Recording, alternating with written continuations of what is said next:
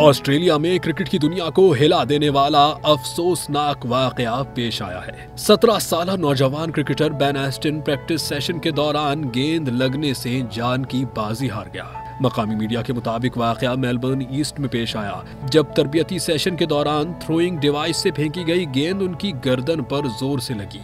Ben को फौरी तौर पर तशवीशनाक हालत में अस्पताल मुंतकिल किया गया।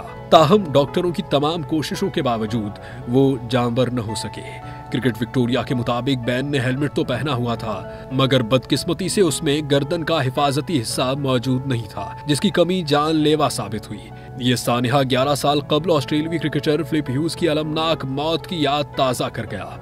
फ्लिप को भी इसी तरह गर्दन में गेंद लगने से जान से हाथ धोना पड़ा था। इस वाक़े के बाद क्रिकेट ऑस्ट्रेलिया, क्लब इंतजामिया और बेन एस्टन के अहले खाना शदीद सदमे में है। माहिरीन खबरदार कर रहे हैं कि अगर हिफाजती मयारात पर मजीद सख्ती न की गई तो ऐसे दिल दहला देने वाले वाक़यात दोबारा पेश आ सकते हैं।